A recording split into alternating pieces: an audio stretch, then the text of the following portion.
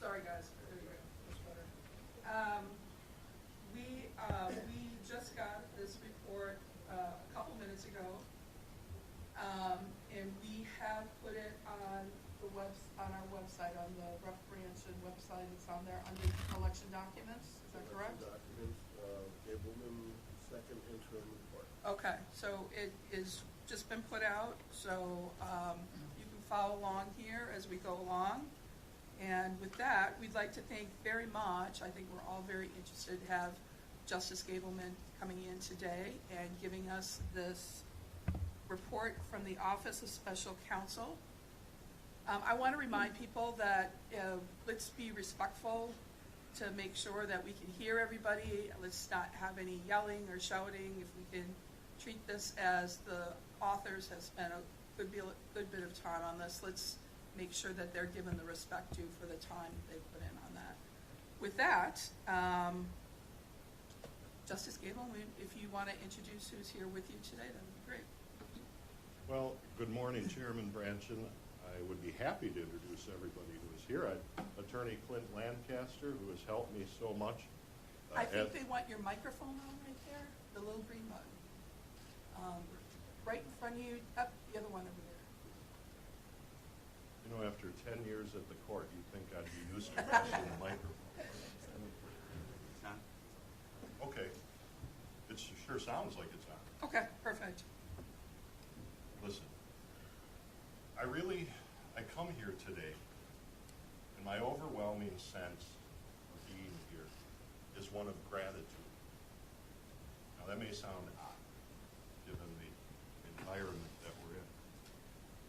But I want to just I think it's worthwhile taking just a minute to think about our fellow men and women in Ukraine right now. I am overwhelmingly grateful that even though, you know, for example, Representative Spreitzer, you and I haven't always seen eye to eye on every issue, but here we are. We're able to talk about it. We're able to talk about it. And in meetings past, I think I've gotten a little more heated than the circumstances called for, and I regret that because this is important. And as I was walking through the hallway, under the rotunda of this beautiful building, whose architect was the same man who designed the Capitol in Washington, D.C., I thought to myself, the reason, as I thought every day for 10 years when I had the privilege of working in this building, I think the reason that the founders of this state made this building the way it is try to call our attention to the fact that we are not about our personal interests. We are trying to work for our fellow citizens. And this building, I think, is a monument to the idea that all of us who are privileged to be in public service are called to be better, maybe better than ourselves than we ordinarily would be.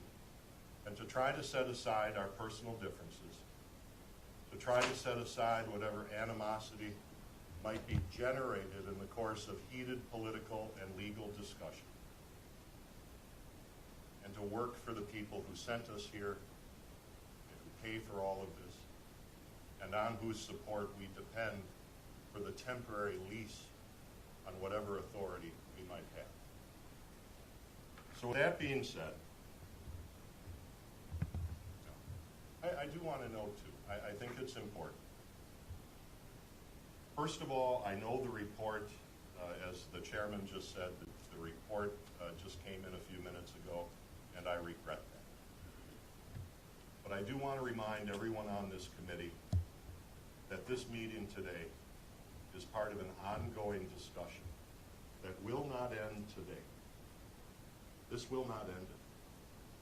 This is an important topic, and there's a lot of work to do.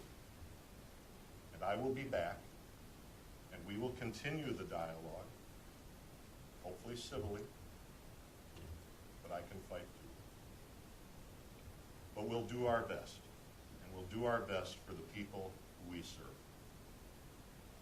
I'd like to start out with an overview of the report that the Office of Special Counsel has submitted today. Obviously, none of you have had the chance to read it. We had a few challenges getting it. But I do want to provide you with an overview, and then I have learned in watching my share, and I suppose all of you, the members of this committee too, the normal way these committee hearings play out is that the individual who comes to talk comes and reads a prepared statement. And it goes on and on and on. And I thought to myself, well, I'd get tired of listening to me too. So what I did is I've asked my staff to prepare a PowerPoint presentation to illustrate many of the main points that are in our report as a consistent supplement to the important findings that we've made. And equally important, the important work that's left to do. When I started this process, when I started this whole procedure, I had no other goal in mind than to find the truth. And while we don't have it entirely yet, we're getting it. And one of the important truths that has to be mentioned is recited in Chapter 1 of our report, and that is that the Center for Tech and Civic Life's $8,800,000 Zuckerberg Plan grant with the cities of Milwaukee, Madison, Racine, Kenosha, and Green Bay facially violates the Wisconsin law prohibiting election bribery. Second, the motive for these grants was impermissible and partisan get-out-the-vote efforts. Third, government oversight, that is my investigation, on behalf and in the place of the legislature, the people's representatives. Government oversight has been obstructed by governmental and outside corporate collusion. Fourth, this collusion and entanglement also caused a host of questionable actions by the Zuckerberg Five. We did pay the power bill.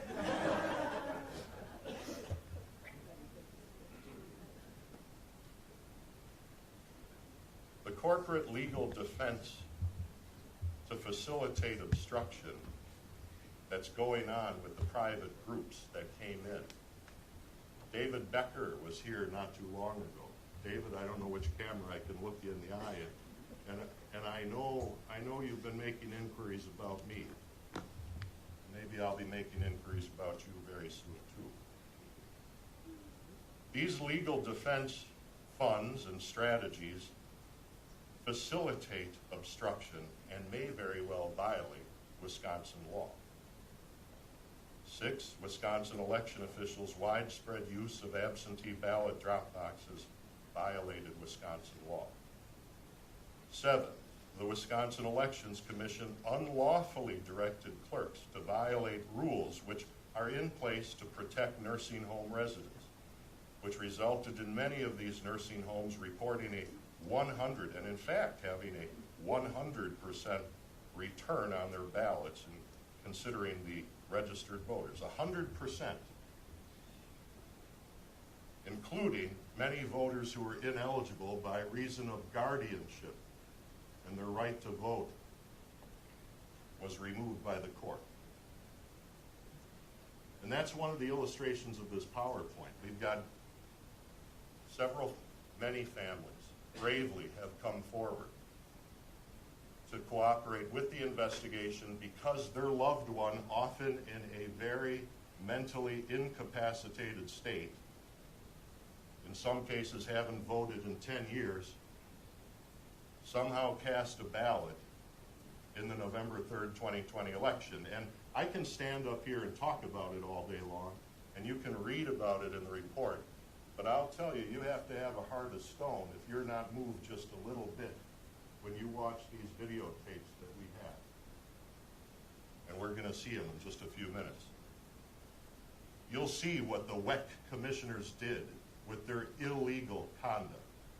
It's not just some hypothetical decision that's made a few blocks away on East Washington. It's something that impacted and violated the rights of some of our most vulnerable citizens. Next, the WEC unlawfully encouraged evasion of ballot security measures related to indefinitely confined voters at the behest of outside corporations. 9, as I mentioned, wards under guardianship orders and therefore legally prohibited from voting voted unimpeded by Wisconsin's elections officials, as they are not recorded in the WisVote voter database, even though the circuit courts have this information and our election officials have a clear duty to make sure those who are ineligible to vote do not vote. Similarly, non-citizens voted unimpeded by Wisconsin's elections officials, as they are not recorded in the WisVote voter database, even though Wisconsin law requires citizenship to vote. Milwaukee, Madison, Racine, Kenosha, and Green Bay election officials may have violated the federal and Wisconsin equal protection clauses by favoring some voters on the basis of race and other criteria over similarly situated voters in the same city. Many of you are probably interested, and so I will go now before we go to the PowerPoint, in our recommendations. Our recommendations are fairly predictable given what I have just outlined. And they include the elimination and dismantling of the Wisconsin Elections Commission. The Wisconsin Elections Commission, unfortunately, at best, is hopelessly incompetent. And we have a predecessor to it, the Government Accountability Board, which was dismantled by the legislature in 2015, at the end of the year in 2015, because of the demonstrated partisan conduct of its then head, Kevin Kennedy, who is still very much influential in Wisconsin elections administration process. And we'll get to that as we go on too. And so, the mechanisms and all of the infrastructure of the disgraced and partisan Government Accountability Board remained intact, including Kevin Kennedy's former employee, Megan Wolf, who is now the administrator and has continued all of Mr. Kennedy's policies. They've got a they've got a biannual appropriation of over $10 million. That money, I want to remind all of a sudden the people who are so vigilant about government money. My investigation has been allocated about $600,000, something like that, of which we have about $300,000 remaining. WEC has $10 million. Zuckerberg gave over $10 million to the state. George Soros gave millions of dollars to start ERIC, which we will get to. And by the way, Megan Wolf is the president of ERIC now. And Kevin Kennedy serves on the board of the Center for Election Innovation and Research, which Mark Zuckerberg gave $69.2 million to fund. And now that entity, using the Zuckerberg money, came 6 weeks ago to Wisconsin to provide an election defense fund to any election official who may be under investigation for illegal or otherwise improper conduct. So in other words, Zuckerberg-funded organizations have come to Wisconsin to offer protection to those who took Zuckerberg money and followed the Zuckerberg plan. Are you gonna, But they keep addressing over there. They're the Representative, people please. too, Ms. Subek, Representative. They're the people too.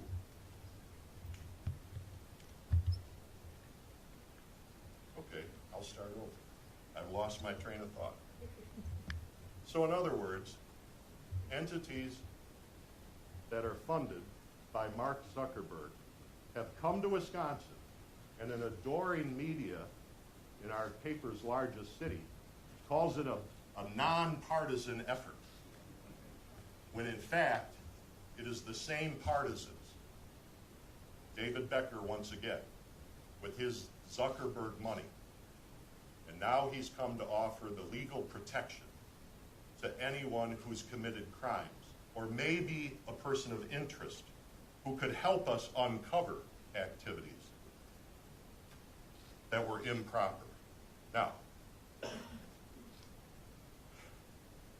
so many people under this dome claim to be for transparency.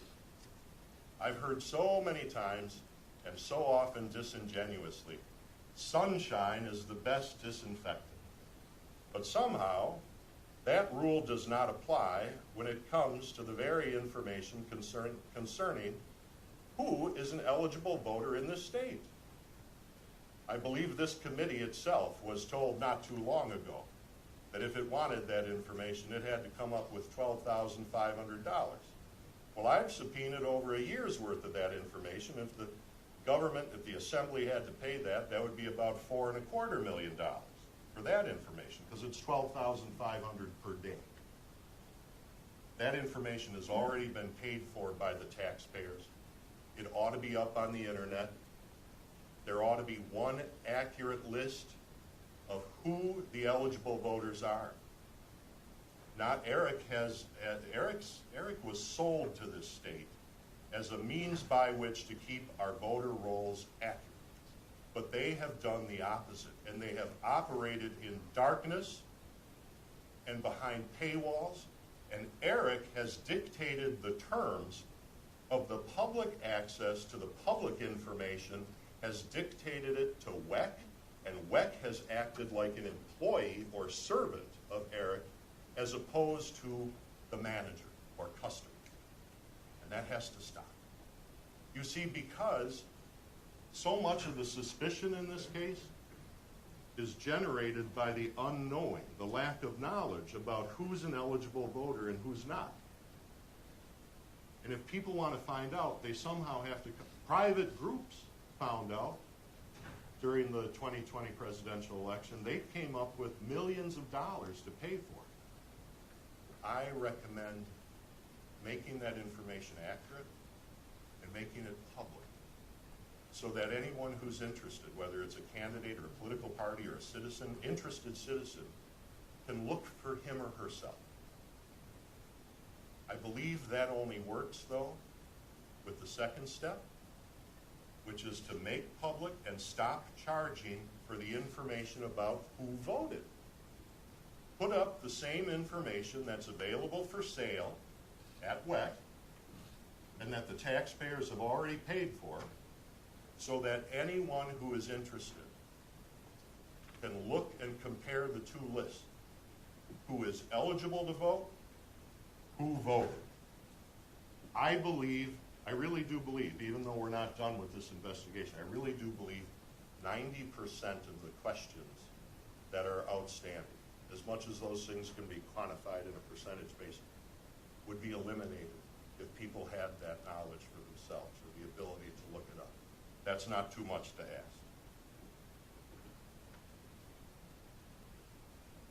There are others about standardization, but those are the big ones.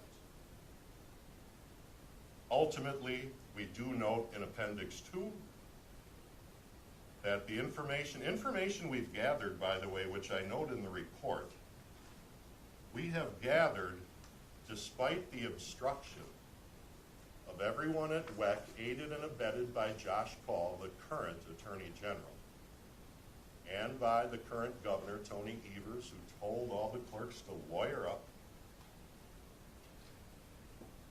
Not one person that we have subpoenaed for substantive information has come forward to talk with us. Rather, they have all retained law firms, expensive out-of-state law firms.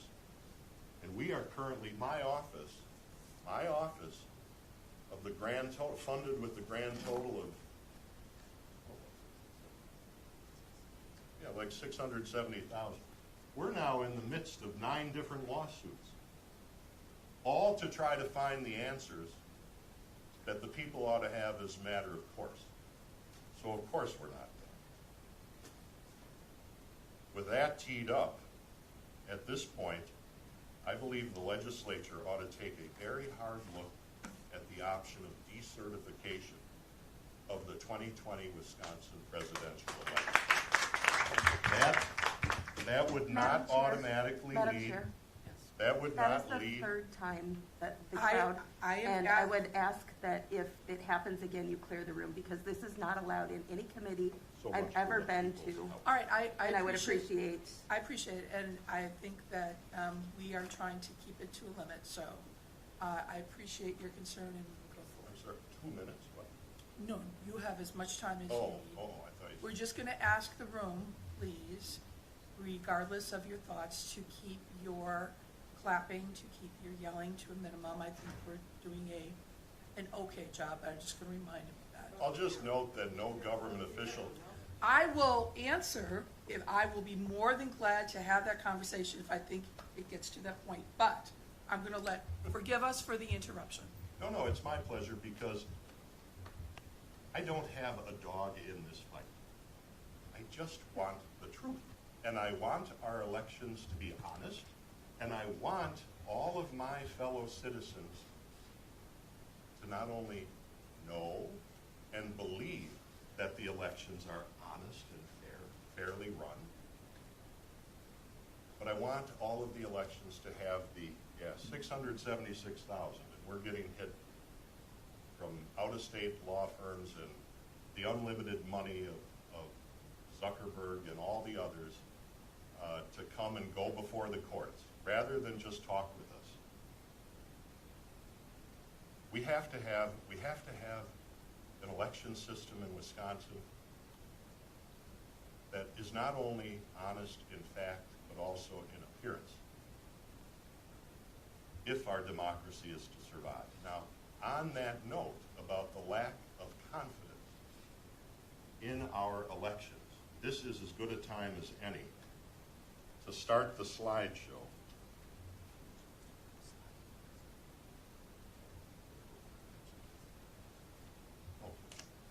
We have, we're going to start, before we get to the issue of voter lack of confidence, which I think is pretty common, well understood anyway. I mentioned earlier the illegal conduct as outlined by Sheriff Schmaling in Racine County in regard to 5 out of the 6 WEC commissioners knowingly, deliberately, intentionally, and publicly violating the law when it comes to protecting our elderly in continuing care facilities. That's the part that I said, well, I can talk about that all I want, but unless we've got something a little more powerful than my words. And I'd ask you to be introduced to Walt Jankowski. All of these people have signed all of the requisite releases and have bravely come forward, by the way. Walt Jankowski's son, Walter, couldn't find his father's voting records. He looked on the MyVote website and discovered that his father had requested a mail-in ballot. Mr. Jankowski voted and returned it all before Election Day. The Waunakee clerk told the son that since no one in nursing homes has an ID, they aren't required to provide ID. All they have to do is give consent. The son asked how his dad gave consent since he doesn't speak or write. And the clerk said that pointing isn't acceptable or an eye wink would be okay as well. I want you to meet Mr. Jankowski. Okay, I'm Wally Jankowski. I'm 62. This is my dad, Walt Jankowski, exact same name. The second, he is 84, born in 1937.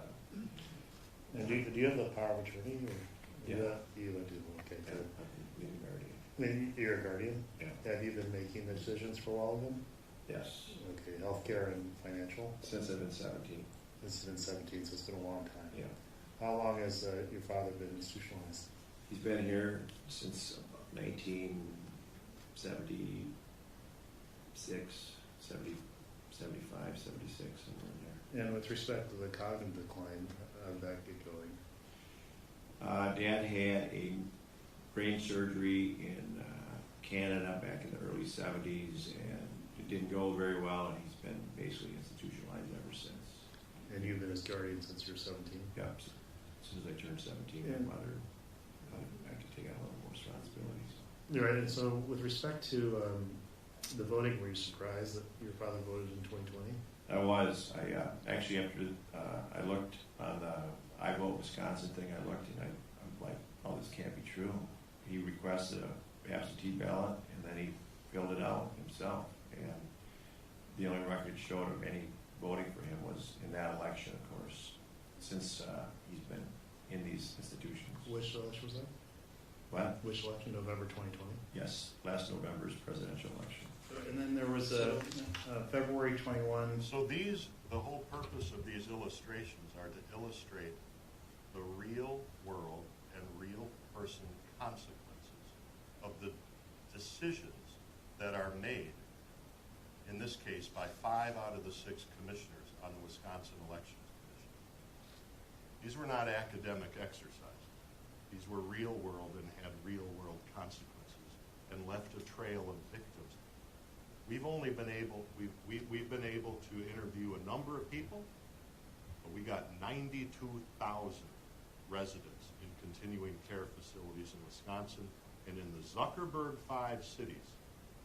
We've been able to look at the numbers. In the Zuckerberg 5 cities, in all of those counties, those nursing homes reported a voting rate of 100%, anywhere in between 95% and 100%.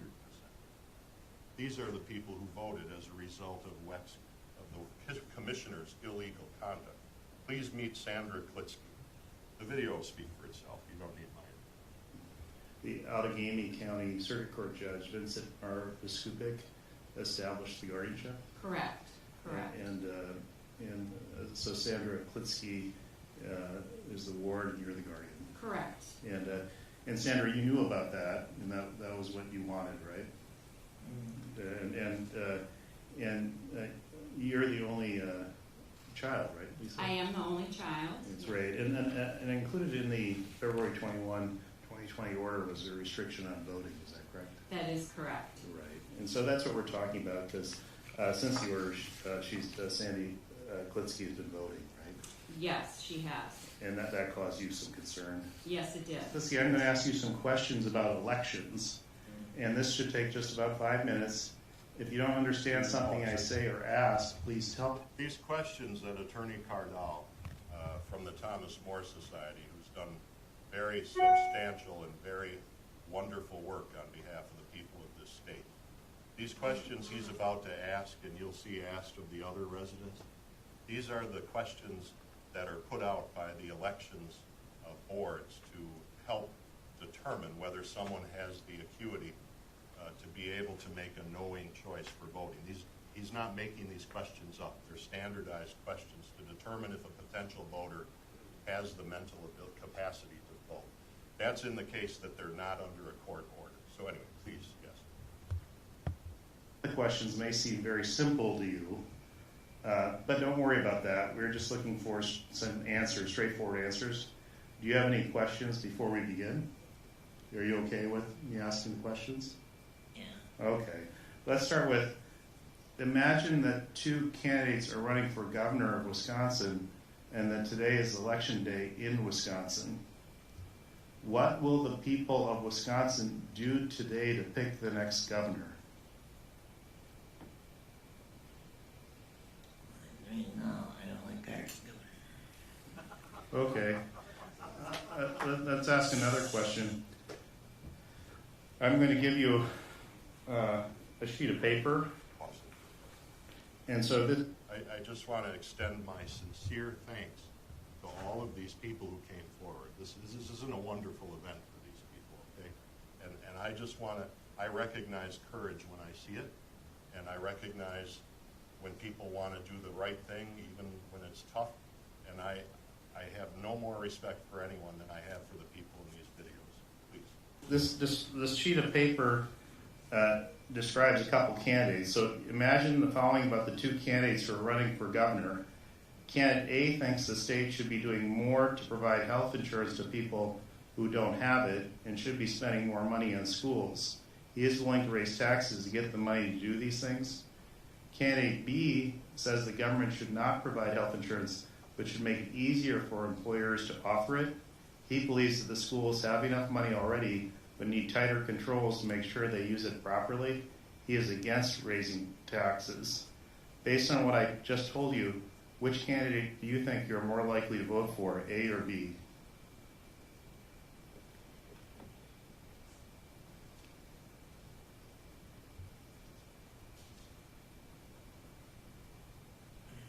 Like the governor to do that.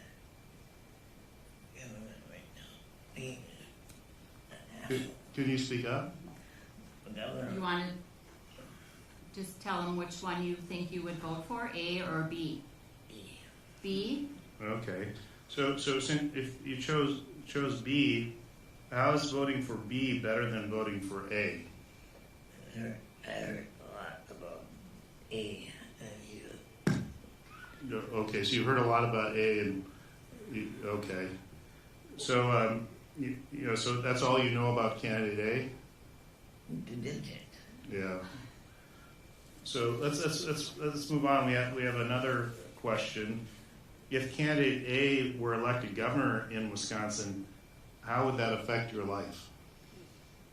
Pain in the butt. Okay. Would you want to vote in the next election for governor of Wisconsin, or are you okay with not voting? Right now, I don't care for him. Okay, you don't care for him. All right, well, that concludes the question now. Thank you so much, Ms. Klitsky. You did a very good job in answering the questions. I'm so appreciative. And I guess with Lisa, does that kind of confirm your understanding of why the guardianship order restricted voting? Yes. And were the responses to the questions indicative of why the court restricted the voting right? Yes, I do believe so. Right. And Mrs. Klitsky, we're so happy that you participated in this, and it's really important for our project, and we really appreciate you. Thank you. Thank you. Before I introduce you to Ms. Merrill Barrett, I would just like to observe, Madam Chair, that one of the reasons that I believe these videos are so important is because had the WEC commissioners followed the law, then special voting deputies who are trained and taken oath to follow all of the legally required ballot procedures would have had the opportunity to observe for themselves, one from each party, is what the law requires, one from each party, for the obvious reason to keep the other one honest.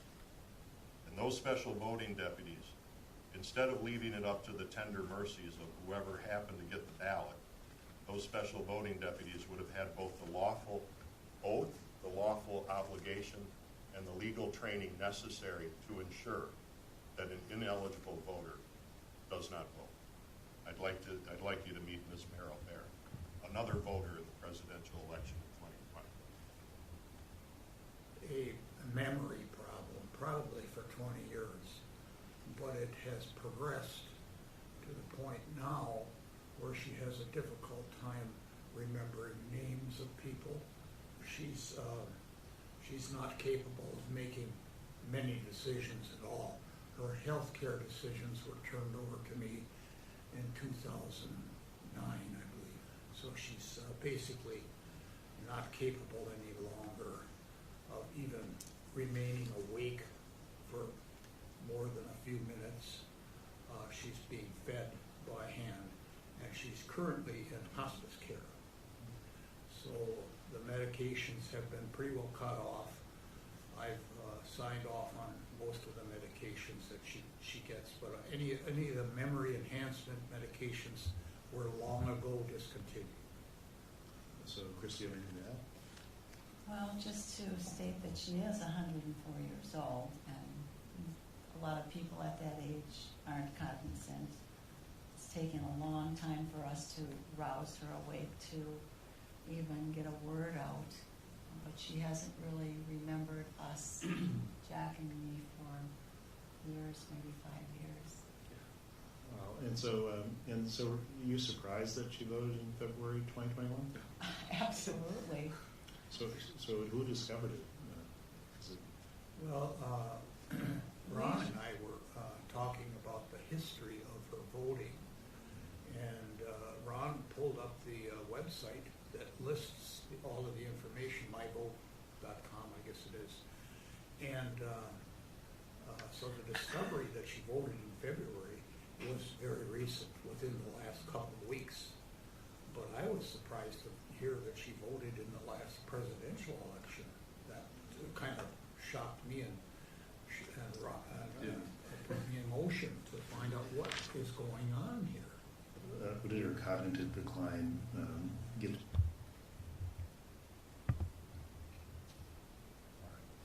I'd like to introduce you to Mrs. Cecily Sherwood. To the point where you think she shouldn't be voting? Probably in 2010. And then you were surprised that she voted in the 2020 election? Absolutely. I had absolutely no idea that she had been voting. Much to my surprise, she had voted for the last, off and on for the last 10 years. I guess in my mind, I thought if you put your parent into a facility because they were incapacitated, they would not even be offered the vote. Imagine that two candidates are running. This is Mrs. June Carmine. For governor of Wisconsin, and today is election day in Wisconsin. What will the people of Wisconsin do to pick the next governor? You know? No. Okay. When the election for governor is over, how will we decide who the winner is? You know? How will they decide who the winner of the election is? No, I don't know. Let me ask you about an election between candidate A and candidate B. Here's a card. So here's some information. And so consider two candidates are running. Candidate A thinks the state should be doing more to provide health insurance to people who don't have it, and should be spending more money on schools. He is willing to raise taxes to get the money to do these things. Candidate B says the government should not provide health insurance, but should make it easier for employers to offer it. He believes the schools have enough money already, but need tighter controls to make sure they use it properly. He is against raising taxes. Based on what I just told you, what's on the card, which candidate do you think you'd be more likely to vote for, A or B?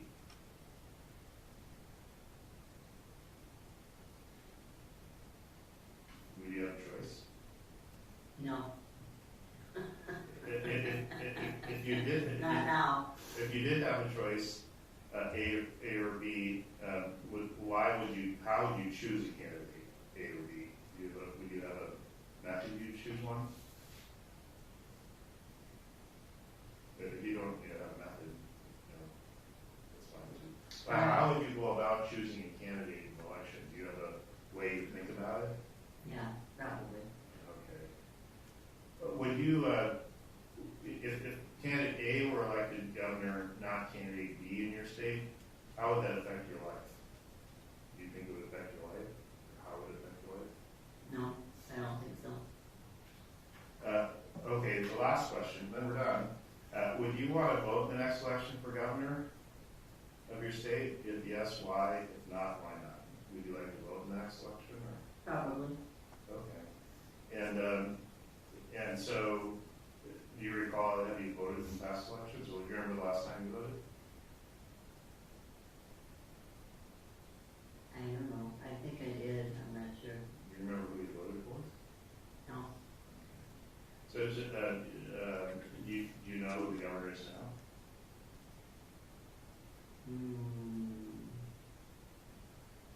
No, I don't think so. No. Who's the governor? Governor Tony Evers. Do you know who the president is? President? Yeah. Of this country Right, or? president. No, I don't know. That's on. Look, Ms. Carmichael, thank you so much.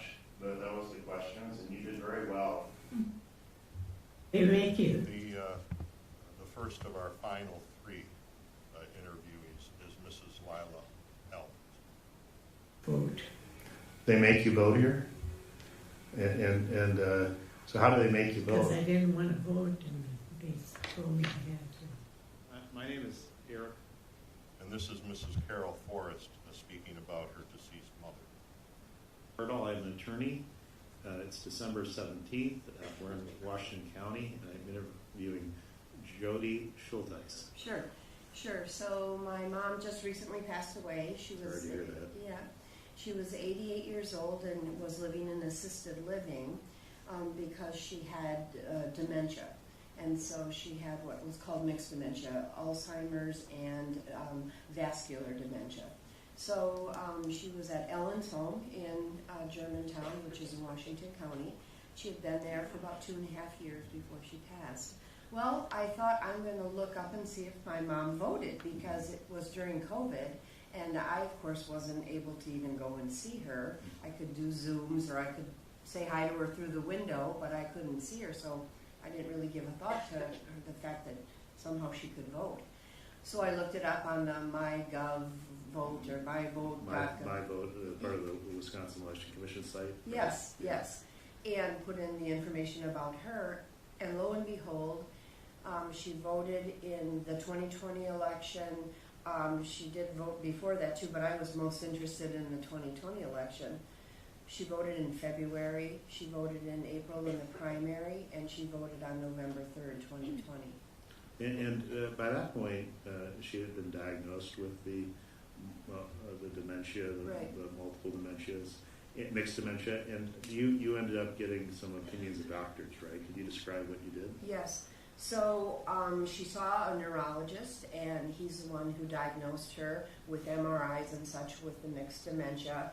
So he signed off on a form that would, it was about her competence, and so, and then her primary care signed off as well, and this form deemed her incompetent. Okay, so that's your mother. Yes. What's her name?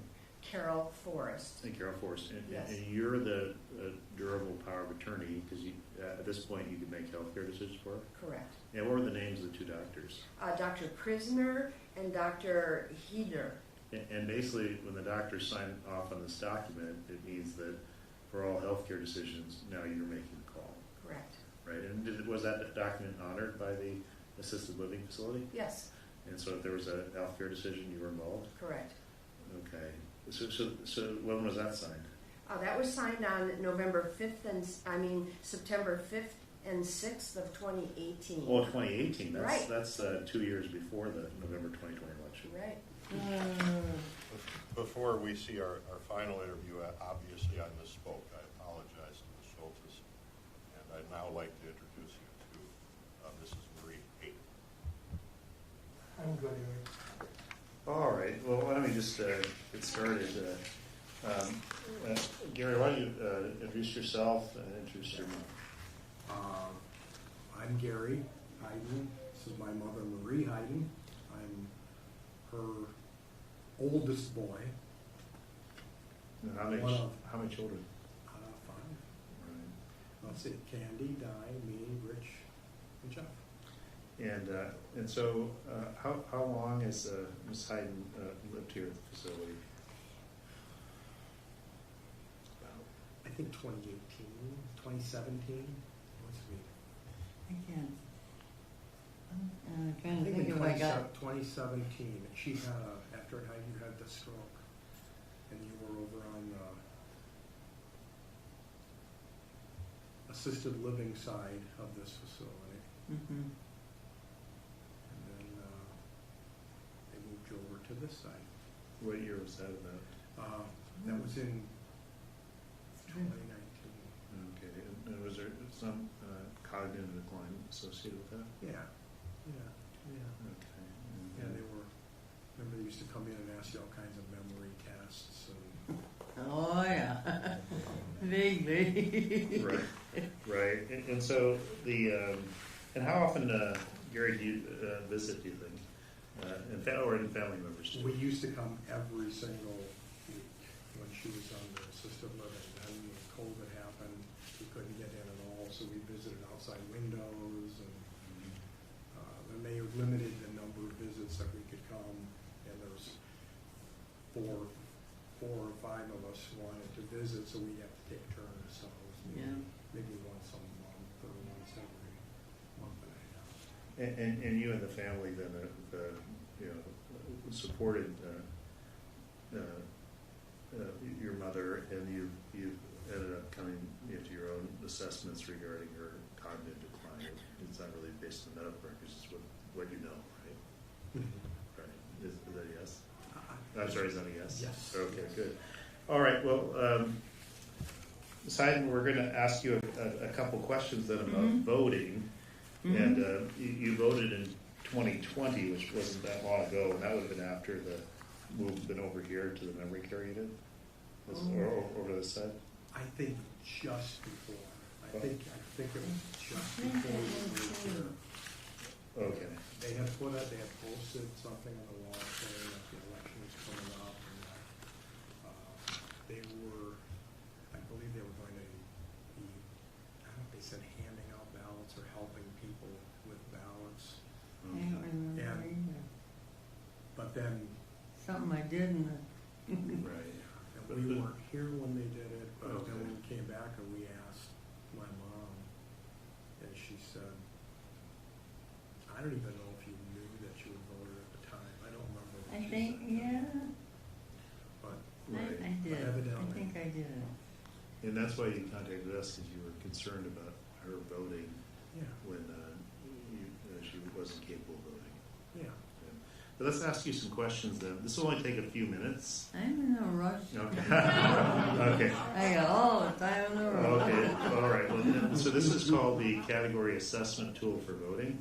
So let's just start with the first one. So I'm going to really do this slowly. I'm going to ask you some questions about elections.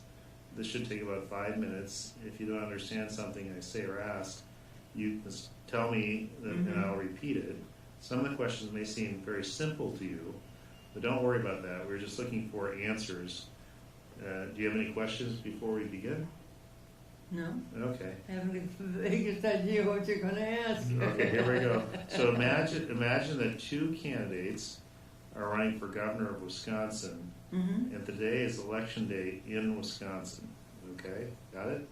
What will the people of Wisconsin do today to pick the next governor? Well, they would vote. Exactly. Good. Okay. So that's good. And the second one, when the election for governor is over, how be decided who the winner is? One of the most votes. Exactly. Okay. Then here's the third question. And I got a hold a handout for you. There we go. There you go. Okay. So this. She cannot see. Oh. Okay. Okay. I know there's printing there. Okay, but I'll read it to you slowly then. Yeah, I can't. Okay. So in that election, there are two candidates running for office.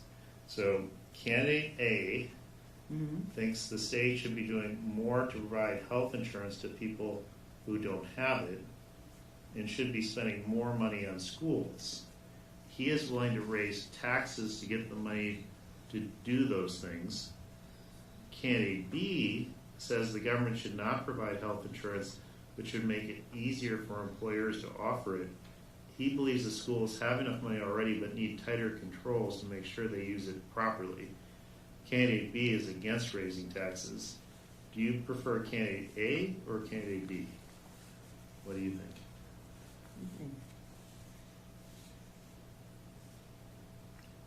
Well, I think they should have, I suppose, raise taxes as much as you don't like to. It's hard to take it out of your pocketbook. Oh golly. Help me. Well, it would be candidate A or candidate B, do you think? I can read it again. Yes, Candidate A thinks the state should be doing more to provide health insurance to people who don't have it and should be spending more money on schools. He is willing to raise taxes to get the money to do these things. Candidate B says the government should not provide health insurance but should make it easier for employers to offer it. He believes the schools have enough money already but need tighter controls to make sure they use it properly. He is against raising taxes. Candidate A or candidate B? Oh gosh. I don't even know if they're doing the right thing. I would say people don't want the taxes raised, I'm sure.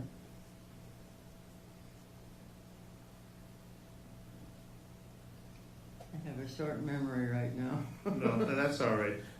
Now, if let's say you like one candidate better than the other, why would you vote for that candidate? If you liked A or B, well, whichever provided you with the most or did the most good for you. let's say that candidate A was your choice. How would that affect your life if candidate A, that's the one that wants to spend more money in schools and is willing to raise taxes to get the money to do these things, including health insurance? If you're supporting candidate A, how would that affect your life? It would be a little bit difficult, I would say. Sure. So, you put a hole in your pocket. right.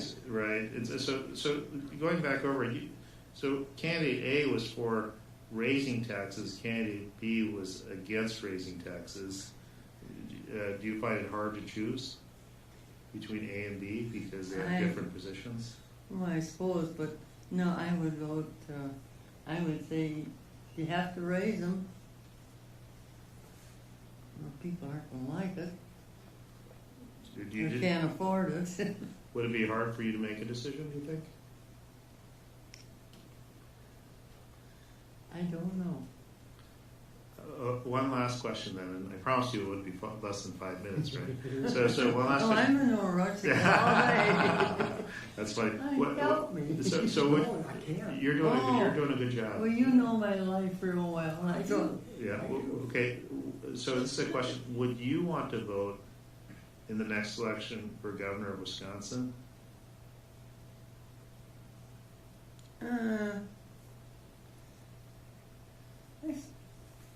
I suppose. Okay. And so why? So I know what's going on. Sure. And so saying that, I'm so appreciative that that's the end of the interview. You did such a wonderful job. Thank you for participating in the interview. And it's very helpful for our project. So thank you so much. You're welcome. Do you have anything else you want to say about? No, Okay. Thank you. I can't. I'll probably think this will be going on all day, right now. As soon as we're gone, you're gonna have all kinds of answers, right? No, I can't think. With wasting your money, spending it for everything that comes along, if it's not going to do you any good, or if you can't afford it. Right. Well, thank you again. Thanks, Gary. Thank you so much. That's the end of the interview.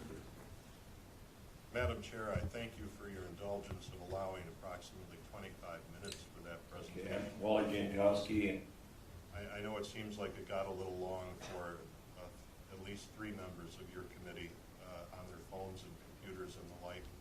But I tell you what, each of those 8 people and each of those 8 families, they are but representative of the approximately 92,000 residents of continuing care facilities we have in this state. And I don't mind taking a few minutes, I don't mind 1 minute, because I know how upset and disappointed I would be, and I suspect everyone in this room would be, if they found their parent or loved one had been taken advantage of, all because WEC intentionally, the 5 out of 6 commissioners intentionally and knowingly violated the law and allowed, not just did away with the special voting deputies, but the statutes of Wisconsin specifically prohibit employees of nursing homes from presenting ballots to residents, but that was done in virtually every case. Now, I'd like to turn to a little larger question. Some of it has already been answered. Why many Wisconsin voters still doubt the 2020 election results. At the bottom, the most fundamental, the elections should be transparent. The most fundamental, there's a typo, but it should be. The most fundamental concept of elections is that elections should be transparent, inclusive, and accountable. I didn't pick those words out of the air. Those are the words that the United States government, through its U.S. aid department, that's what we preach to developing countries around the world as to how their elections ought to be administered. Transparent, inclusive, and accountable. Gives a little bit of a background. I think there was a nationwide poll done not too long ago. Only 20% of the public says that it's very confident in the country's elections. That's January of this year. It's one thing I guess Republicans and Democrats can agree on, right? Many, many polls indicate that our fellow citizens have significant doubt. Why do they have that doubt? Not just because of the violation of the trust of the people who put their loved ones, placed their loved ones into nursing homes and continuing care facilities. We had the specter of private, dark money, unaccountable to anyone, coming in and taking an active role in the actual administrative process of our public elections, something that is unprecedented, as far as I know, in the history of this state. This headline illustrates how private money from Facebook CEO saved the 2020 election. I don't think the author of that headline doubted for a minute that it had an effect on the outcome of the election. Mark Zuckerberg bought the 2020 election for Biden with staggering funding, new analyses suggest. How Zuckerberg helped Dems sway the 2020 election. Just another example. Recent poll, 56% of all United States citizens believe Joe Biden's victory was influenced by cheating. You bet he came to town with money. Mr. Zuckerberg came with about $330 million, a little more, for CTCL, the Center for Tech and Civic Life. And we'll talk a little bit more in detail about that in a few minutes. But CTCL is a Chicago corporation, started, funded, their previous budgets have been a little over $1 million a year. Mr. Zuckerberg bumped that up considerably. They suddenly had $330 million to spread around. And CTCL was founded and is in fact run by former employees and political operatives of former President Obama. CTCL came to Wisconsin and they called it a grant. They called it a grant.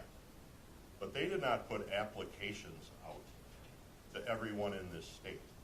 Unlike the practice that WEC itself followed when WEC was distributing federal CARES Act money, CTCL picked their own people. To call them grants, I think, is a little disingenuous, because grants, if I grant you something, I give it to you. These were not gifts. These were contracts obligating the 5 cities to follow the directions of the CTCL, funded by Mark Zuckerberg. So the cities did not become the owners of that money. I believe to a large extent they became the employees or the agents of CTCL, funded by Mr. Zuckerberg. There was no transparency or public input when the Zuckerberg 5 mayors and the clerks applied and received the grants. The 5, as we've talked about in previous meetings, the 5 largest recipients were the 5 largest Democratic-controlled cities in the state.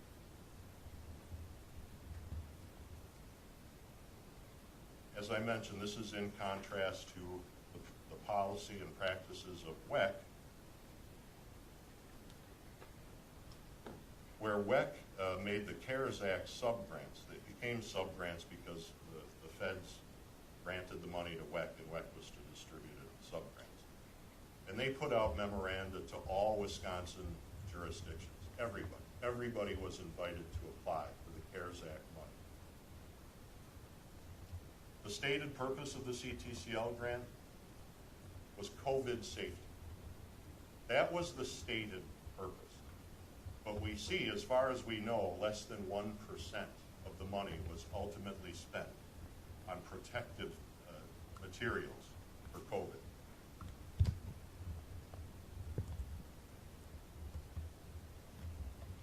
So I mentioned an employment or an agency relationship between CTCL and the 5 cities. So what did CTCL, what were they able to get for their money? They were able to get access to voter data information. More to the point, they were able to get access to the information along very clear demographic lines, and especially targeting African Americans. And they kept track of which people of color had requested absentee ballots and which had returned them. And they got that information. They didn't have to pay. We have no records of them paying $12,500 per day. We in fact have the opposite. We have records of the CTCL operatives and their so-called partners, who were other private interest groups, getting access to information that would cost anyone in this room $12,500 a day. They were getting it every day on a no-cost basis when nobody else could get it, that information fresh. Why is that important? Why is that? It was important for a get out the vote. It was important for a get out the vote effort. We've got a lot of polls. We've got a lot of polls showing distrust, so we'll skip over them. The young woman on the right is Tiana Epps Johnson, the director of Center for Tech and Civic Life. Approximately a month after she left her Obama program fellowship, she was awarding grants to the 5 largest cities in our state. Her whole purpose was to get out the vote. There's no record of any kind of medical personnel or scientific staff being part of CTCL. You know, people who might be able to advise about COVID safety. A get out the vote operation. She interned at the Young Democrats of America, and from 2010 to 2015, she was the director of election administration for an entity called the New Organizing Institute, which according to Capital Research Center had one job, and that was to elect Democrats.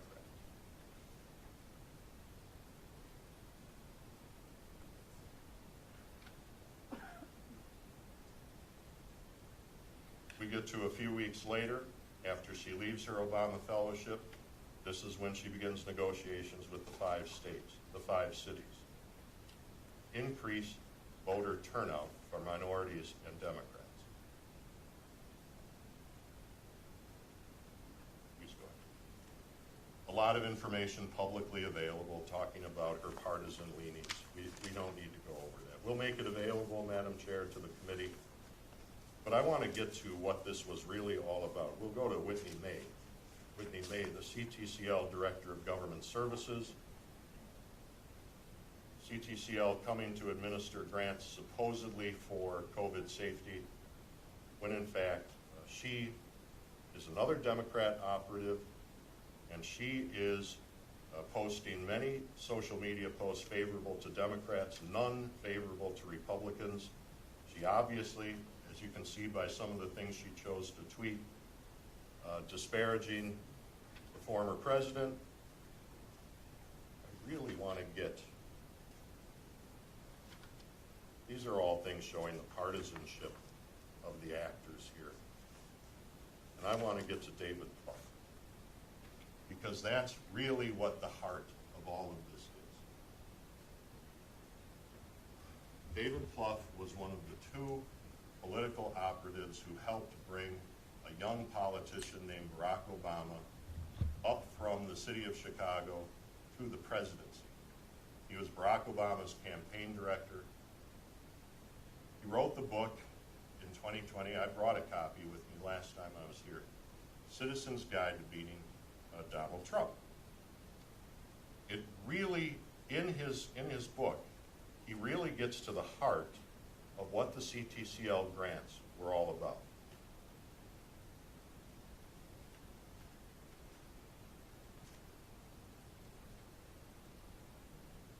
Again, showing in the city of Racine, Vicky Selko, a Democrat operative who took it upon herself to lead the efforts to get the money from CTCL and distribute it to the 5 Zuckerberg cities.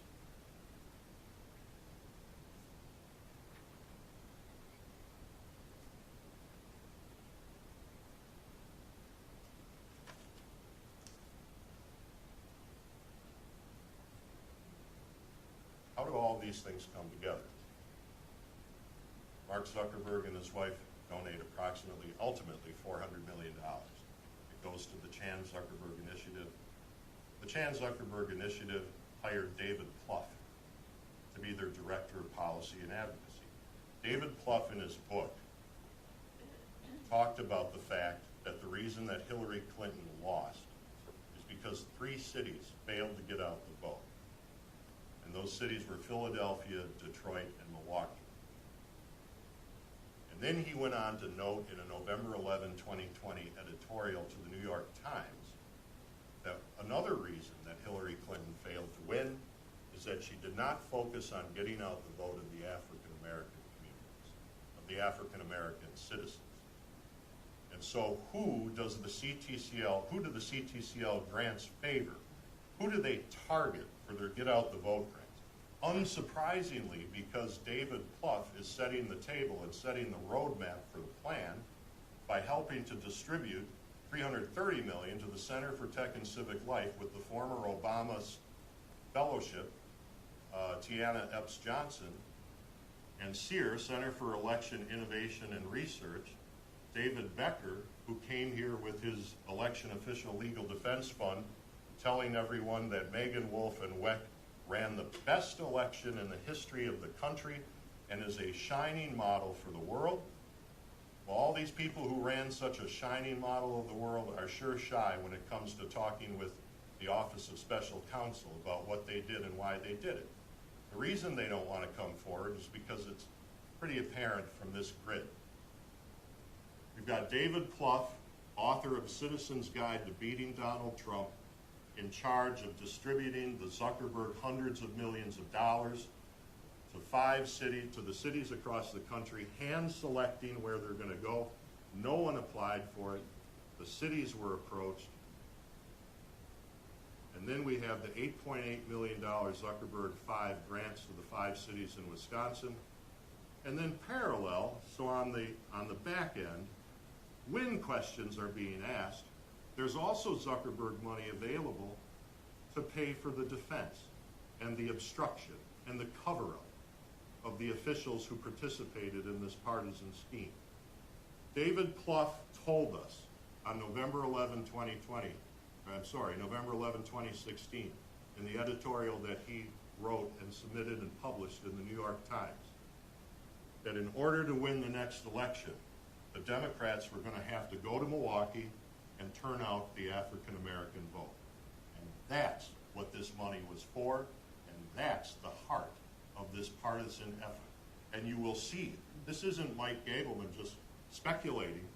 These were in the contracts that the cities were bound to follow. These Democratic mayors in the Democratic cities entered into these agreements where they, who knows what they would have done with the money if left up to their own devices. I assume something pretty similar to what they did, but they weren't, it wasn't up to them. It was up to the paymasters at CTCL as directed by David Plouffe. And David Becker, interesting character. He took millions of dollars from George Soros, and then he took those millions of dollars and he started ERIC, the Electronic Registration Information Center, which the state of Wisconsin pays, according to what we've learned through this committee, hundreds of thousands of dollars. Our state pays to ERIC and David Becker. And you remember Kevin Kennedy, the partisan and disgraced former head of the former Government Accountability Board. Well, Mr. Kennedy, I told you, is still very much involved in Wisconsin. He sits on the 5-man, and yes, they're all men, the 5-man board of directors of the Center for Election Innovation and Research, along with David Becker. David Becker is also a board member of ERIC, along with President Megan Wolf, the administrator of our state elections commission. David Becker has been a busy, active man in Wisconsin. He was a former lawyer at the Department of Justice. After he left Justice, he went to the Pew Charitable Trust. In 2012, with seed money from George Soros, he founds ERIC. Megan Wolf becomes the chair or president of ERIC's board.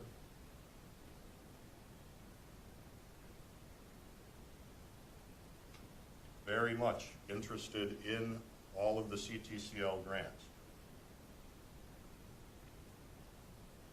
Yeah, I feel very comfortable making this statement. And if I'm wrong, I invite any of the people who I reached out to talk about this, including Megan Wolf, to come and tell me that I'm wrong. Because as I stand here today, based upon all of the available information, the stated purpose of the Zuckerberg grants as washed through Center for Tech and Civic Life, that is COVID safety, was a mere pretext for a partisan get-out-the-vote campaign. I already contrasted how Megan Wolf sent, unlike CTCL, when Ms. Wolf had federal money to distribute it, she sends the information to all 1,822 Wisconsin clerks, and they come up with a formula. Ms. Wolf did. She came up with a formula for distributing the money based on the number of residents per jurisdiction, and everyone was treated equally across the state of Wisconsin. She didn't just pick out 5 cities and then award some subjective amount of money and then tell them what to do with it. She made it available to everyone, like a legitimate grant maker does.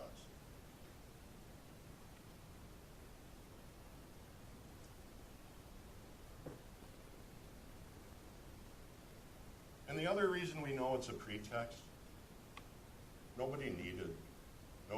there's no record in front of us that any of the 5 cities needed any kind of protective equipment or money from CTCL to buy it. Our Wisconsin cities were doing just fine thanks to the federal government and the state of Wisconsin in providing money to our clerks so that we could see to the safety of our own citizens.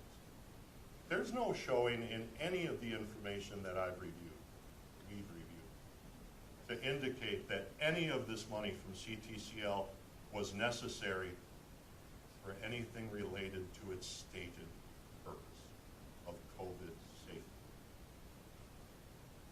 But then the contract terms were written further, and the contract terms, the directives from CTCL were to get out the vote, mainly among people of color and African Americans, just like David Plouffe told them. This is just the letter that Ms. Wolf sent out to all the jurisdictions, and she's indicating the formula that she's going to follow for its distribution.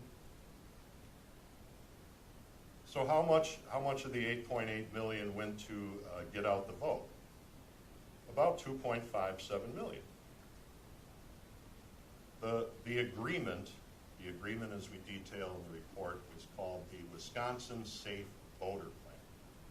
The Wisconsin Safe Voter Plan is quite an odd name for an agreement whose subject matter had nothing to do with COVID safety and everything to do, literally by its own terms, with get out the vote, follow David Plouffe. It doesn't literally say follow David Plouffe's plan, but that's what they did.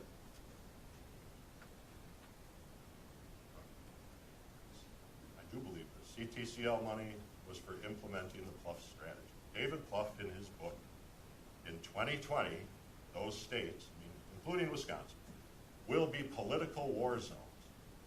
Add that to the 20 states plus the District of Columbia that Clinton did collect, and our nominee wins 272 electoral votes.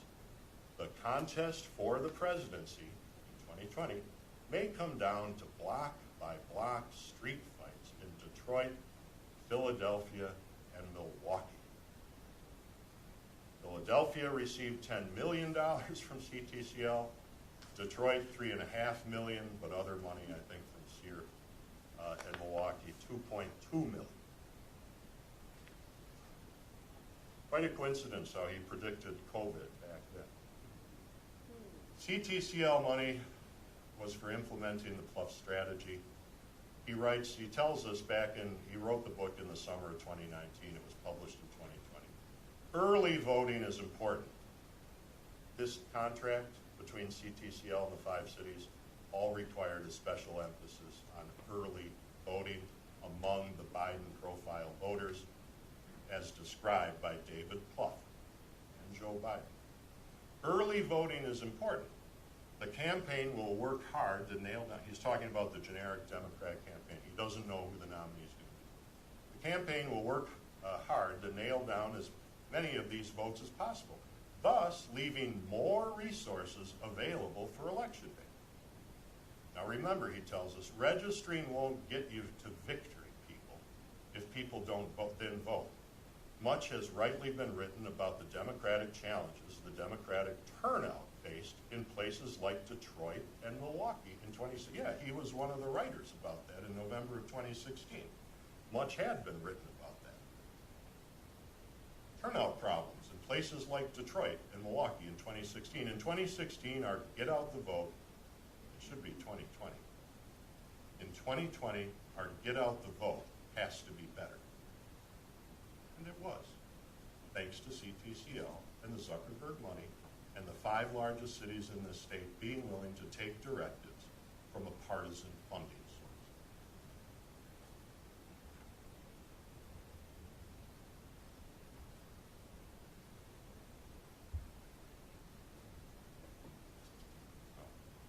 These are the plans that the cities came up with in response to show CTCL that they were going to follow CTCL's directives. So City of Milwaukee writes, facilitating conversations with Get Out the Vote, not COVID safety, Get Out the Vote, nonpartisan coalitions to ensure messaging is relevant and resonates to all City of Milwaukee voters, including identifying key target audiences. It doesn't say every citizen in the state of Wisconsin who might need some help voting. It doesn't say we are going to generate as many votes as possible across the state of Wisconsin or across the city. We're going to identify key target audiences and tactics for each. That is voters who they described as Latinx, African Americans, non-English speaking, and those who are no longer on probation or parole for a felony.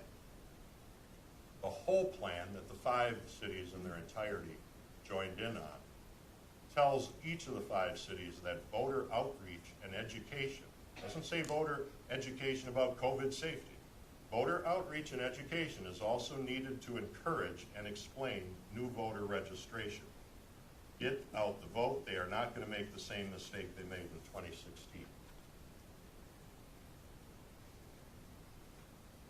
David Pluff, I have to spend time on this because this is the hub of the plan.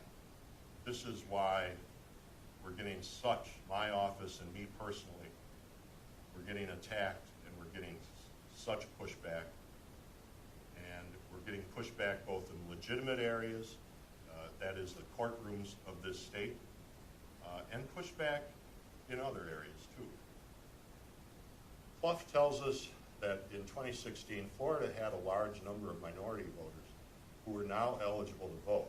All in all, there was this huge target population of potential supporters, invisible and thus uncounted to the polls. This is the man who is distributing Zuckerberg's money to CTCL and telling CTCL who to target, not opening up for grant applications. This is the man who's directing the money that came into our state and was focused almost exclusively on our 5 largest Democratic cities, until a citizen named Jay Stone came forward to complain about it well in advance, I should know, well in advance before any other political expert noted the trouble that CTCL grants were going to cause and the partisan nature of the disruptive. And we'll get into that a little bit more because he had some interesting correspondence with Ms. Wolf, which is relevant for a number of reasons. David Pluff extolling the virtues of getting out the vote, the Wisconsin Safe Voting Plan, all 5 municipalities. This is the cities talking to CTCL. Express strong and clear needs for resources. You expect in the Wisconsin Safe Voter Plan resources for COVID safety, because that was its purpose. No, it's resources to conduct voter outreach and education to their communities, almost as if Mr. Pluff wrote this himself, with particular emphasis on reaching voters of color, low-income voters without reliable access to internet, disabilities, and primary languages not English. Another code phrase that CTCL used, which puzzled me from the beginning, and it's been a burr under my saddle forever, since I started reading this. They said initially, before they started talking about the need to turn out the African American vote in the 3 cities, Philadelphia, Detroit, and Milwaukee, they started using a phrase along the lines of, we have to target historically disenfranchised populations. Historically, so sometime in the past, disenfranchised means you don't have the right to vote. You don't have the right to vote. None of these voters who were the targets of the Zuckerberg 5 cities Get Out the Vote campaigns that I know of were disenfranchised. Everyone has the right to vote. This poll, why the focus? Why does David Pluff and the Biden campaign and And why did the CTCL money directed to the 5 cities, why did it focus on African Americans? Because, as the Brookings Institute tells us, from November 2020, the headline, Black Americans have a strong preference for the Democratic Party. Rates of 88% in 2008, 88% in 2012, 86 in 2016.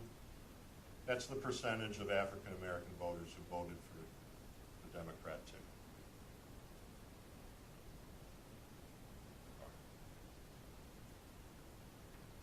Now, let's get back to that historically disenfranchised. You would think, given all of this buildup and all of these directives to the cities to turn out the African American vote, gee, African American people aren't voting. We have to do something. We have to spend what becomes government money by means of this, I don't want to call it a grant. It was payment for services rendered. Payment for services rendered from Mark Zuckerberg to our 5 cities to turn out the African American vote in cities like Milwaukee. The inference we're supposed to draw from that, Madam Chair, the inference we're supposed to draw, African Americans don't vote, and special accommodations must be made for them, which didn't sound right to me from the beginning, because I don't believe there's anything about any part of African Americans or any other individuals that prevents them from voting, and the polling data sure backs that up. African Americans, according to the headline, have among the highest turnout rates in past presidential elections. The Guardian in 2019 tells us black people don't, quote, black people don't vote is not based in data. Though they are only 13% of the U.S. population, black voters are among the most stable voting bloc in politics. The Brookings Institute in November 2020, and 2020, meaning the high African American turnout, is not an anomaly. Black voters have long pulled their weight relative to other racial groups.